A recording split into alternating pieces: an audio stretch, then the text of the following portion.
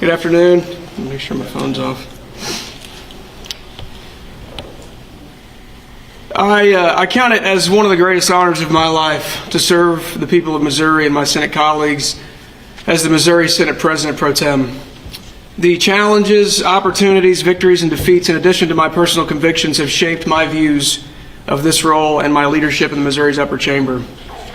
It's an honor to stand with the people behind me and be their leader, and I'm proud, really, really proud of what these men and women have been a part of over the last few years in the Missouri Senate.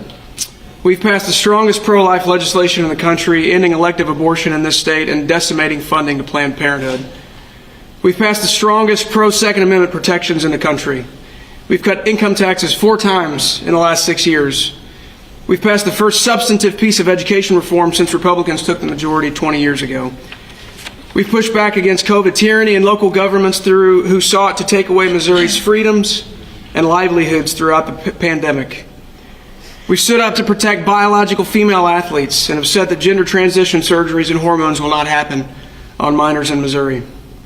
We've passed a balanced budget with hundreds of millions in reserves while investing in Missouri's infrastructure, Missouri's schools, and Missourians themselves.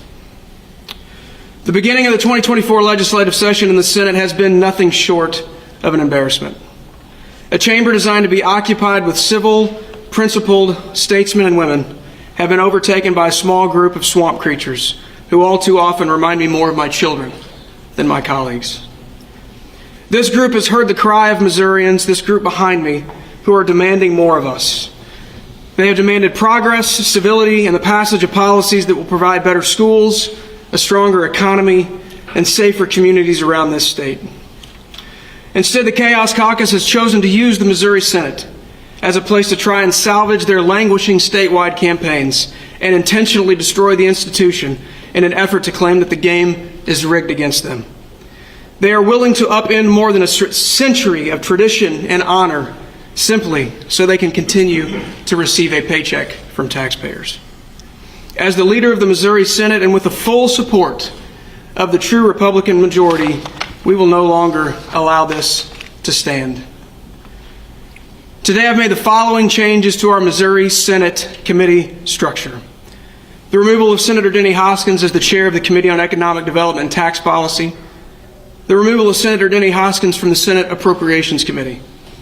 The removal of Senator Andrew Koenig as chair of the Committee on Education and Workforce Development. The removal of Senator Bill Eigel as chair of the Committee on Veterans, Military Affairs, and Pensions. The removal of Senator Rick Bratton as chair of the Select Committee on the Protection of Missouri Assets from Foreign Adversaries. The removal of Rick Bratton as vice chair of the Committee on Education and Workforce Development. The removal of Senator Rick Bratton as vice chair of the Committee on Veterans, Military Affairs, and Pensions. The naming of Senator Ben Brown as the chair of the Committee on Economic Development and Tax Policy. The naming of Senator Rusty Black as chair of the Committee on Veterans, Military Affairs, and Pensions. The naming of Senator Elaine Gannon as vice chair of the Committee on Veterans, Military Affairs, and Pensions. The naming of Senator Curtis Trent as chair of the Committee on Education and Workforce Development, and the establishment of the Select Committee on Empowering Missouri Parents and Children with Senator Curtis Trent as chair. These are not actions taken lightly, but it is clear that they are both timely and necessary. Let me make one thing perfectly clear. We will continue to work with anyone, and I mean that, anyone, interested in advancing a strong, family-supporting, conservative agenda while respecting our institution and its members. That is what each and every one of us in the true Republican majority came here to do, and we will not let a small group of politically motivated troublemakers stand in the way of us achieving the conservative wins we want to see come to fruition. This week, our plan is to finalize last week's gubernatorial appointments and refer every single bill that I have in my possession, including the Senate joint resolutions. That would be 50 or 60 SJRs and 450 bills that include some of our biggest priorities, including IP reform, education reform, tax reform, public safety, and everything in between.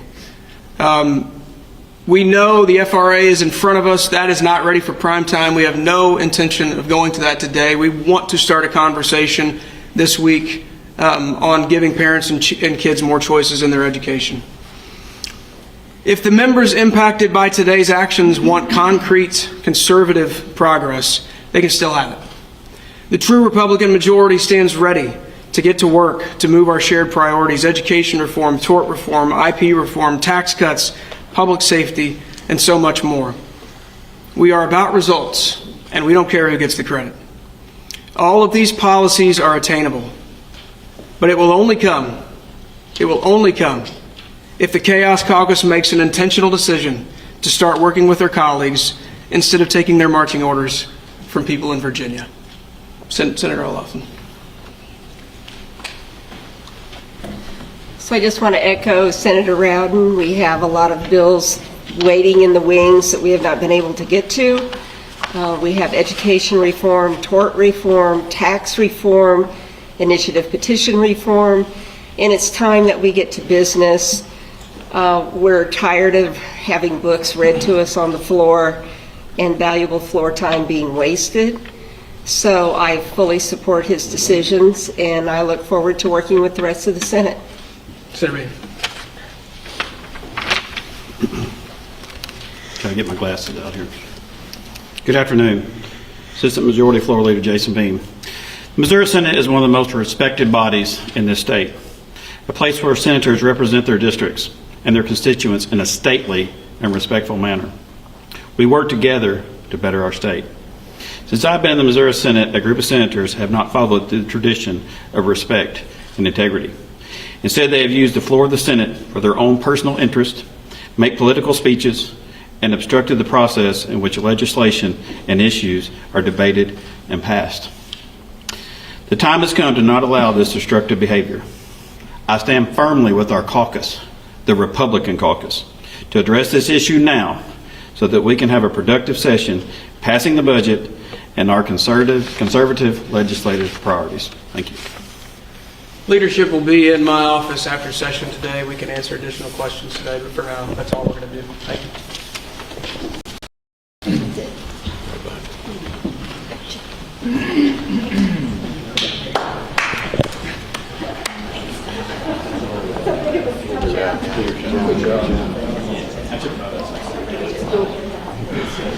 Michael, first of all, I want to say that it really has been the honor of my lifetime to be the chair of the Missouri Veterans Military Affairs and Pensions Committee. You know, I'm an 8-year military veteran myself. I served in the Air Force for 8 years, and I had a passion, and I still do have a passion, for helping veterans in this state. And it's disappointing to me, certainly, that this action taken today by the Senate leadership, which is clearly punitive, retaliatory in action, has occurred. I want to stress, first of all, that my passion helping veterans has not waned, and I will continue to do everything I can to help the veterans in this state advance and be successful here in the Show Me State. Now, as far as the broader conversation, what was absent from the pro tem's discussions was the fact that his actions taken today don't move any of those big issues further towards conclusion and passage. By declaring effectively that they are not interested in working with us and would actually rather take punitive action against us, just reminds me exactly what a few of us are up against in this town. We have always predicated our actions on policy. Everything we have done has been for the advancement of policy. Most recently, for initiative petition reform. Right now, the pro-abortion forces in this state are raising millions of dollars to enshrine abortion in the founding document of the state. And the folks that were just up on the stage a few minutes ago, headed by Senator Caleb Rowden and Senator Cindy O'Loughlin, have done nothing so far this year and failed to get any meaningful legislation to the voters after last year. And their mantra that we should continue to trust in the process that has failed Missouri year after year after year, is the most political, cynical, and quite frankly, disappointing answer we could have hoped for. Now, they talk about civility, and yet for the past week, on this Senate floor, on radio stations all over this state, the members that were on this stage a moment ago have done little more than call us names. They have called us everything from narcissists to charlatans, when all we want to do is pass the big red policy ideas that were promised to voters of this state every 2 years. And then they want to take action today that puts us further away from that. I think I stand with a lot of Missourians today in expressing profound disappointment and the lack of both competence and leadership from both Senator Rowden and Senator Laughlin. But I want you to know that no matter how much they throw sticks and stones at us, no matter how many names they call us, no matter how uncomfortable we make them because we're willing to be bold about fighting for our issues, we're not going to give up the fight. We are not afraid of the status quo and the swamp that is trying to prevent good legislation from moving forward. And we're willing to take our case, not just here on the Senate floor, but we will take our case to every one of the 6 million Missourians, including those constituents who sent us here in the first place to fight precisely these kind of maneuvers. So I'd like to turn it over now to my colleague, Senator Denny Hoskins, for a few words. Thank you, Senator Iowa. Yes, it was very disappointing to hear the words from our President Pro Tem, Caleb Rowden, as well as some members of the Republican caucus. You know, what we've seen is what Joe Biden and the swamp has done to President Trump. Trying to silence President Trump and trying to, by any means possible, beat him at the ballot. As everyone knows, Senator Rowden and I are running for the same statewide position, Secretary of State.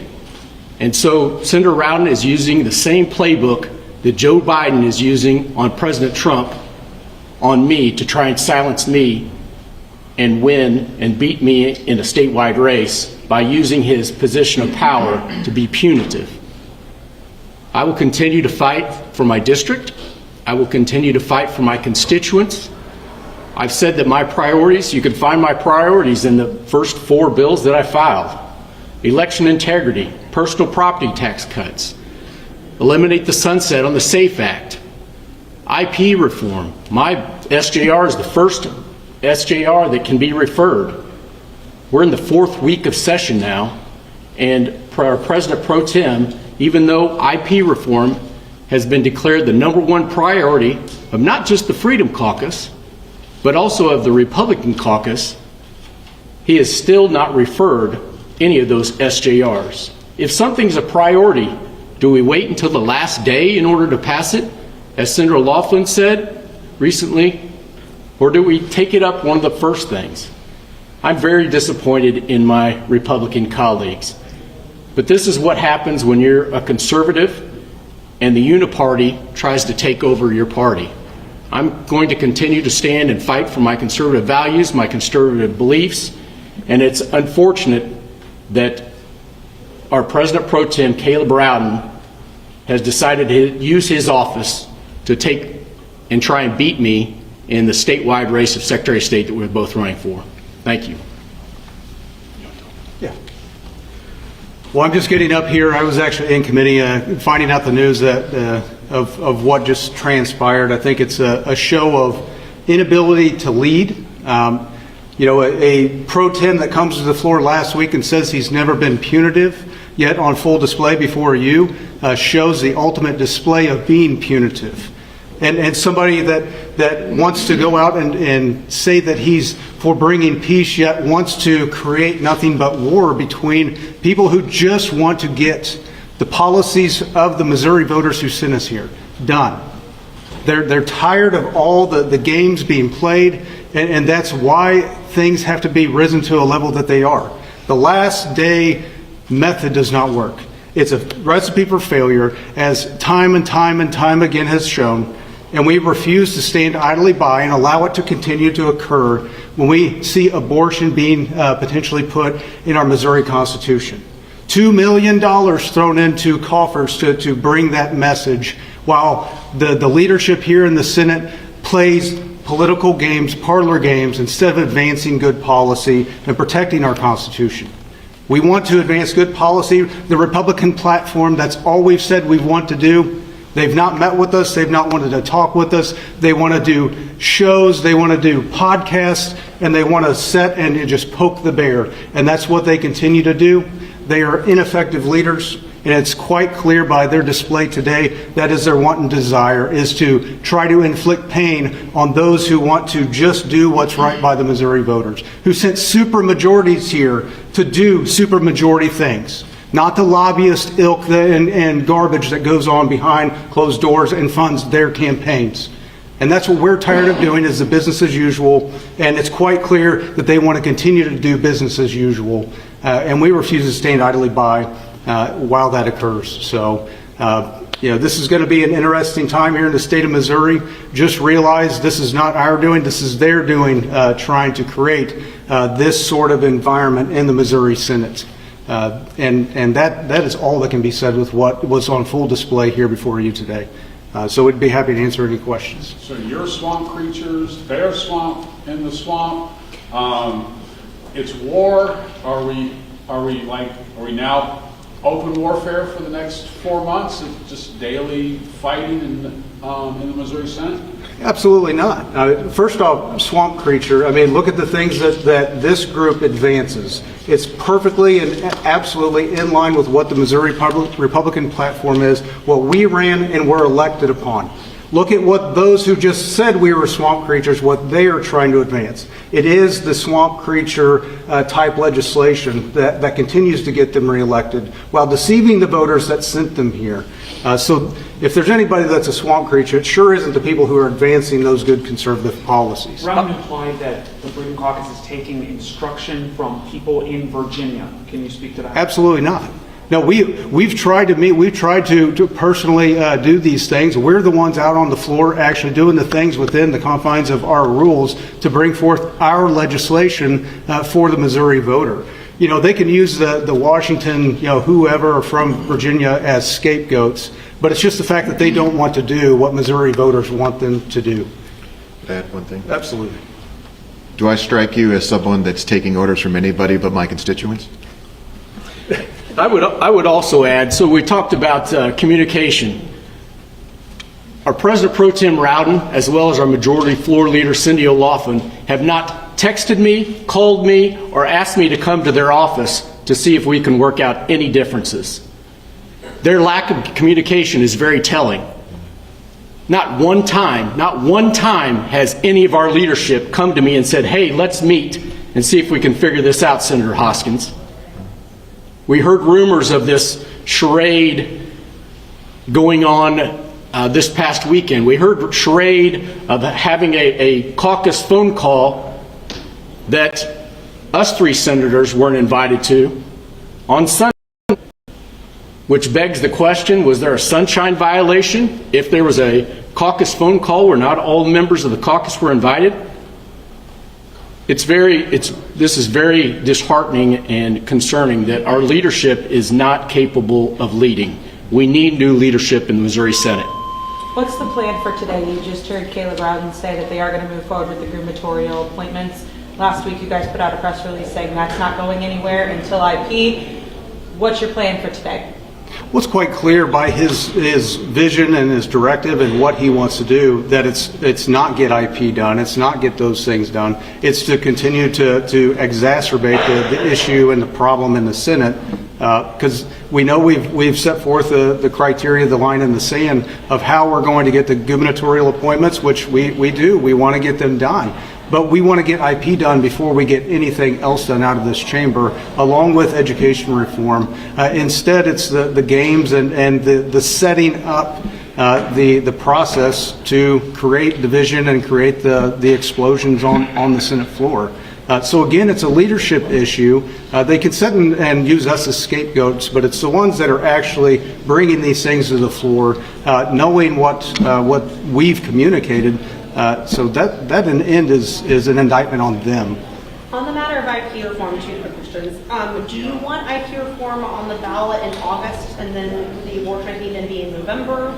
Is that like the timeline you're looking at? We would like to see it as soon as possible, as soon as we could get it on the earliest ballot, so voters can decide what the criteria for amending the Constitution, especially on something as divisive as abortion is. So you would want to see that in August? Yes.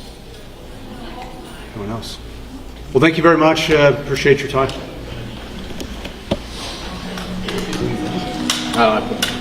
Sometimes they start. It's like